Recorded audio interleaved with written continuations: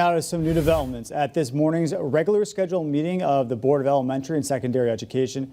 It was announced that Holyoke Public Schools are anticipated to exit from the receivership on July 1st of 2025.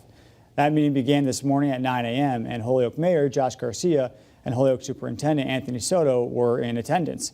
Holyoke Public Schools have been under state receivership and oversight in place for nearly a decade now due to low student scores on their testing as well as their graduation rates.